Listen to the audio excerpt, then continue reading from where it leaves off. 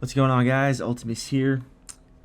We have it. That's it. Expansion release confirmed. I'm digging it. The single word title, World of Warcraft Legion, just announced this morning at Gamescom in Germany. I'm really liking that single name title. Definitely straightforward to the point, very simple. I like it. I was kind of caught off guard by it, and I dig it. I do. Maybe be it as it may that the whole term and word Legion is a little bit abused and overused in fantasy and sci-fi type media for anything regarding demons, but that's neither here nor there. In their opening statement shortly after, they teased us with a little cinematic that they put together completely for the purpose of bridging the gap between Warlords of Draenor and the new expansion Legion. So I'm going to go ahead and roll that for you guys to check out.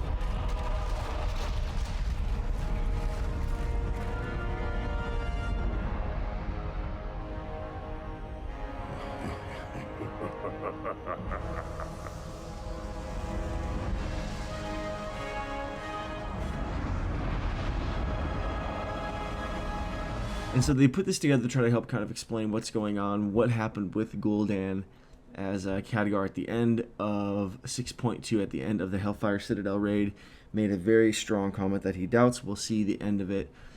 Most of us kind of had a feeling where this was going, and I will say that some of the stuff people were spot on with. I feel like some of our predictions were correct, but the whole expansion being themed around the Legion, it looks like Illidan's coming back pretty heavily.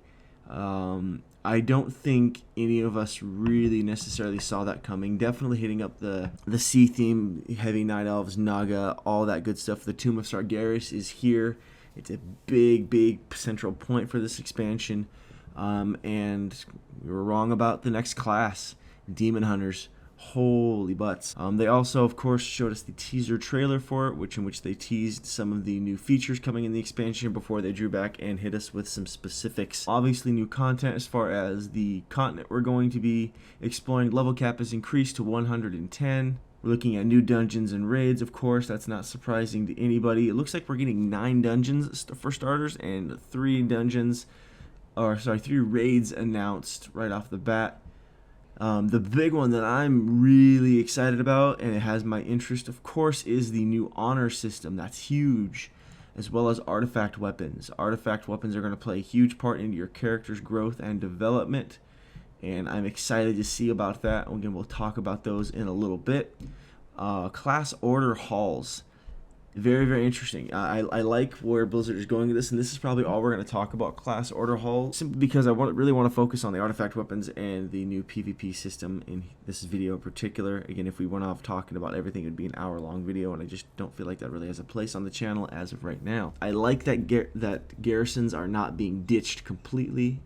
I like that Blizzard isn't just giving up on them completely, but they're taking the good aspects of them and the idea behind them that still could work, and they are continuing to move forward with it and trying to improve it. They made a comment in their release here that all of your followers felt very random. It felt like you were taking anybody and everybody you possibly could to get into your garrison to help you fight the Iron Horde. And now what we're dealing with is, it looks like we're going to be recruiting some gnarly, important lore characters. And the way they described it as, your class order halls is going to be for all members of your class. So you're not just going to have you there with some paladin NPCs. It's going to be you as a paladin there with a bunch of other paladin players. That's kind of huge. That's exciting. Not to mention the followers you're going to be obtaining. You're going to be accumulating a smaller number of them, but they're going to feel more impactful. At least that's their goal. So you're going to be recruiting some lore characters, which is kind of a big deal. Dalaran is going to be the next main city. We're going back into Dalaran. Khadgar has taken over as the head of the mages there. And we're not going to get into the lore bits too much, though I will say this about the lore bits. There is a lot going on here, especially with some of the questing and how they're taking you back for these relic weapons. And of course, the new hero class, that is right, it is actually a hero class, the Demon Hunter, and how you're going to be going through and gaining access to your Demon Hunter as well. The look and feel of the new continent with huge Night Elf influences in the design of a lot of these zones, I think is just gorgeous. I did manage to nab a screenshot of some of the concept art of one of the raids where we will be throwing down to basically put Gul'dan in his place. Most of you guys, I'm sure, will go back and watch the release video anyways. It's about an hour long. I'm sure it'll be up on YouTube, and you can check the VOD on Twitch and stuff like that. But man, this looks cool. And what we're going to be looking at here too as well is I'm going to kind of throw up just a little screen grab of the continent we're looking at, the Broken Isles. You see Dalaran there. Suramar, it's the name of my first realm I ever played on when playing WoW. Oh my gosh, there really is so much here, so please forgive me if I forget stuff, if I misspeak, if I leave stuff out, because there is just so much information. So holy cow, we're looking at, again, 3 raids, one of which is the Emerald Nightmare. People have been asking to go into the Emerald Dream for a long time, and Blizzard has made it very clear that they really have no interest in doing a whole expansion on it. So now we're going into it as a raid. Let's talk about Demon Hunters. Demon Hunters. Oh my goodness, guys. Some gnarly, cool stuff coming up with this. Let's be real here for a minute. People have been asking for Demon Hunters since vanilla WoW. I'm pretty sure most people thought that Demon Hunters would be a spec to play in Burning Crusade, and we've been going a long time without them. I'd honestly never given up on ever seeing Demon Hunters. I'm not going to lie, I'm going to be completely honest with you, because first off, Blizzard has, themselves said they really had no interest in doing another hero class, but I think it's kind of cool. I'm really excited. I am assuming, and again, I'm assuming, so I could be wrong, that we'll get an elevated start, much like Death Knights did in the Wrath of the Lich King. We're going to have a side quest that we're going on to get our Demon Hunters up and out of that starting zone, and it's going to take place more or less 10 years ago, after around the time we bust in and kind of take down the Black Temple, because the lore bits that they gave us to explain some of this was that Illidan had some stuff going on the side that he was doing. He had his own plan, and he was sending some of his most trusted and powerful Demon Hunters to take care of other business on the side, and so we're going to get a glimpse into what was going on there, and that's how we're going to gain access to our Demon Hunters as a class. At this release, when they were showing some of the stuff for Demon Hunters, they went so far as to show some of the character creation screens,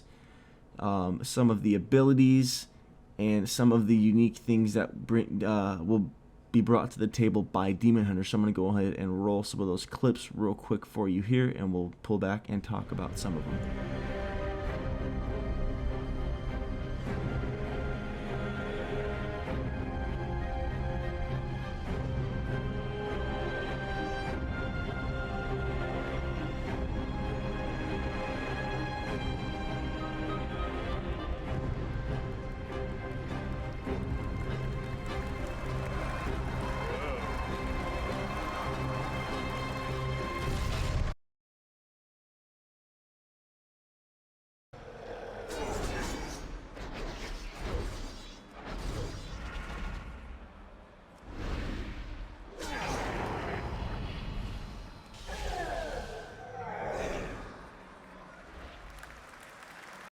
It is very interesting and important to note that as a hero class, there's a lot of limitations put on Demon Hunters, but they have some really cool perks. As of right now, the way it's looking is Night Elves and Blood Elves are the only races allowed to be Demon Hunters. Another crazy thing they're doing, only 2 specs.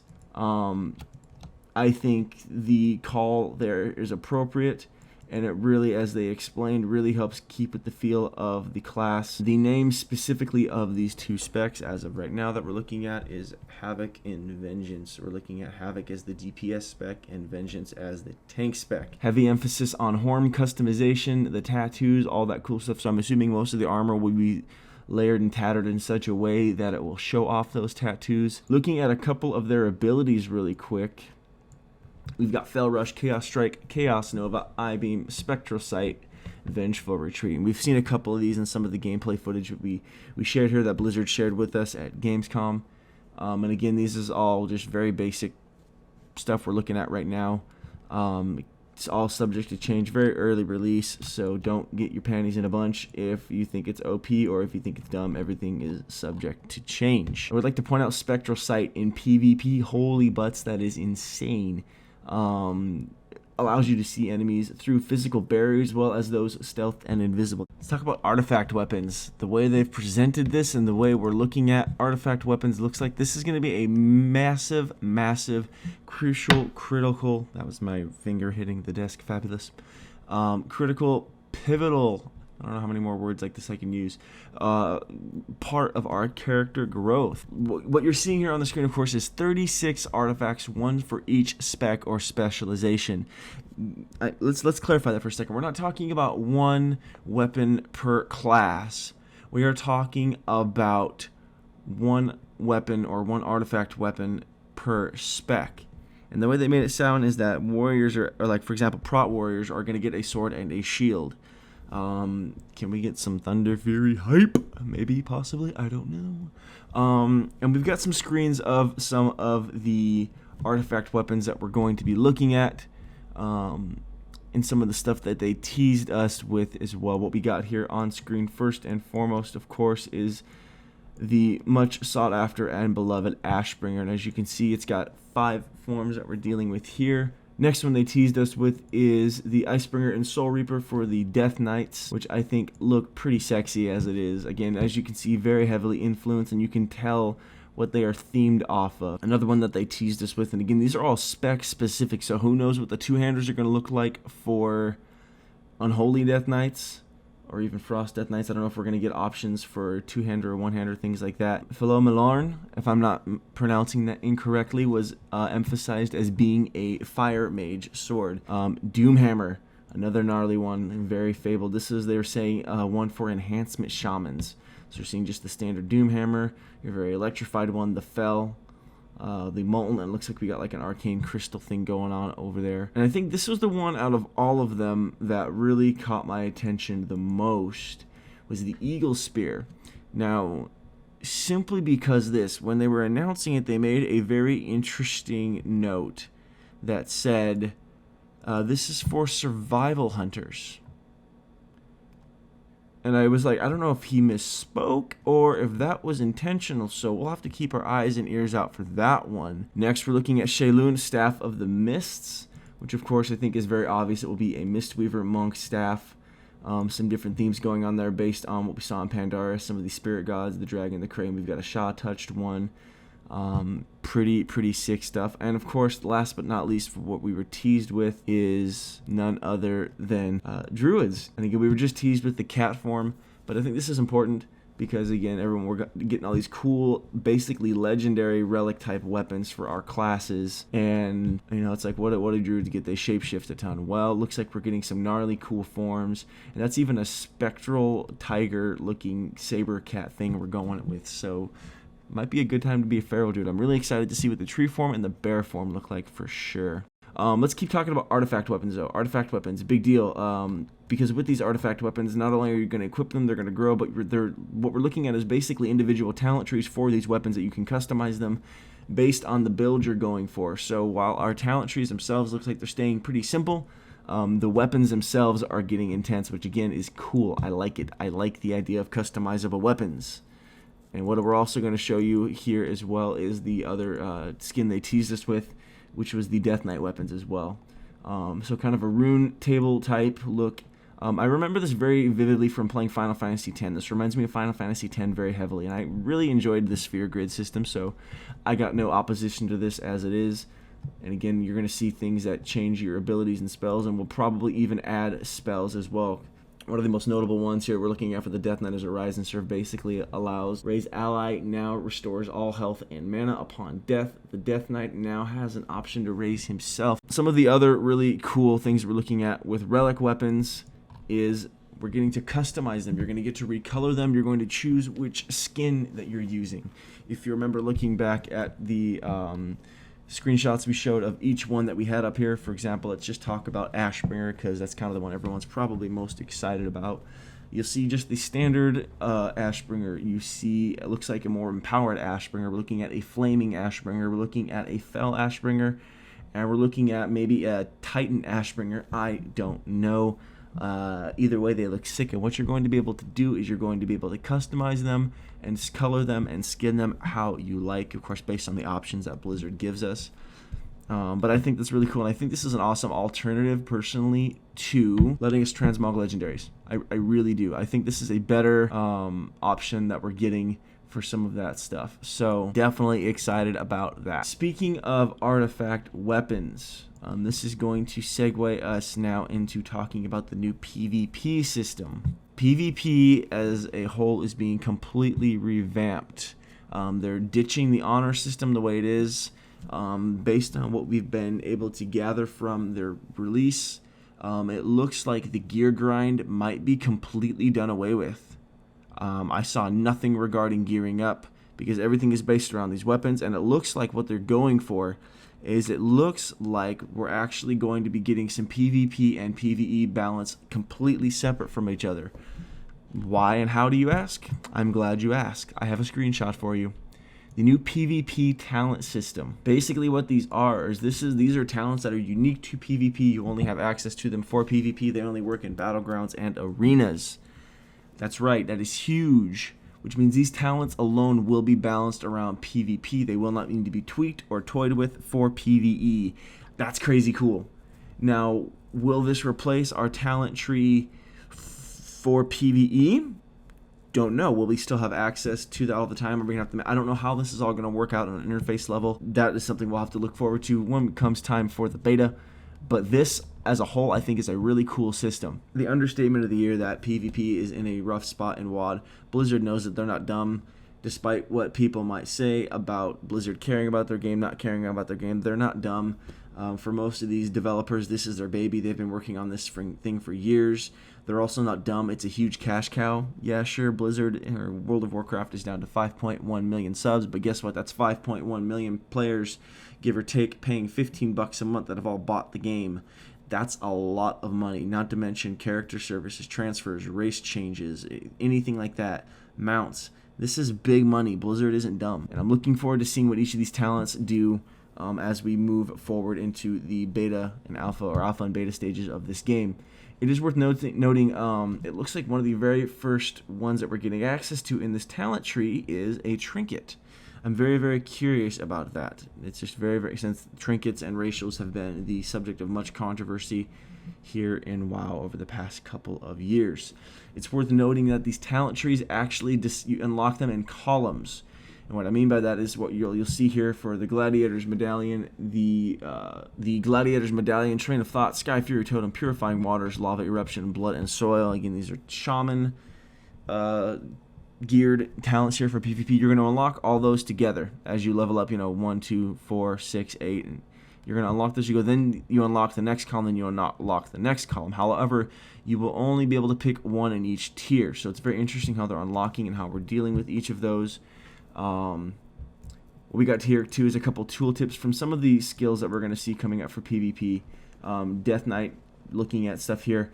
It's interesting that Necrotic Strike is back. Again, the big thing is Necrotic Strike. Huge ability in PvP, setting up kills, nullifying healers. Huge. It's a big deal. I missed that ability. That was one of my favorite abilities from playing it on Holy Death Knight. But it was gone. Partly in, just simply because it really didn't have a place in PvE. But now we have it back as a PvP talent. So PvEers don't have to worry about it, and PvPers have it because it's part of the PvP talent tree, it looks like, for Death Knights. So again, gnarly, cool stuff coming, I think, with this, being able to separate PvE from PvP. And the reason we segued into PvP, of course, is because only be able to be unlocked by doing PvP. If I'm not mistaken, the way they described it is most of the fell ones. Most of the fell looking or gnarlier looking of the skins for the weapons are going to be unlocked during PvP. How do you unlock them? Their new prestige system. Now, the joke's already flying around World of Warcraft, Call of Duty, all that good stuff. You know, we're going to let it be what it is. Basically, what they're going to let you do is once you get your character all the way decked out and with this level 50 prestige talents, unlocking all your talents, you're going to be able to reset them and start over and grind back up, and then you're going to get an icon next to your player portrait, basically showing off how many times you have redone your prestige. This does raise a lot of questions for rated PvP because you have to earn them back again. The problem, of course, is you're going to need all of these talents for rated PvP. How that's going to work, who knows? But I really do have faith that Blizzard will sort it out to where rated PvP continued while people still pursue these cooler skins, and I like that. More content, more incentive for people to keep playing games is always a good thing. It's always a good thing. And so with stuff like this, I think we're seeing a lot of content coming and a lot of stuff to do just right off the bat to keep PvPers and PvEers happy. Overall, very excited about the next expansion announcements. I'm stoked out of my mind about relic weapons, and I'm stoked about demon hunters, and I'm really stoked about the new PvP system. But I'm very curious to see how this is going to play out with gearing up and balancing it all out. But I think that's going to do it for this video. I'm sure this is going to be easily a half an hour long, so I definitely want to cut it now before this gets way too long. But thank you guys so much for watching. I hope you've enjoyed it. Please leave me any feedback, comments, or things that you have to say in the comment section. I would love to chat with you guys about it. Let me know if you caught the stream. I'm going to try to remember to post a link to it, the VOD and the YouTube stuff and everything in this video as well, so you guys can find it a little bit easier. But that's going to do it. So as always, thanks for watching, and I'll catch you guys next time.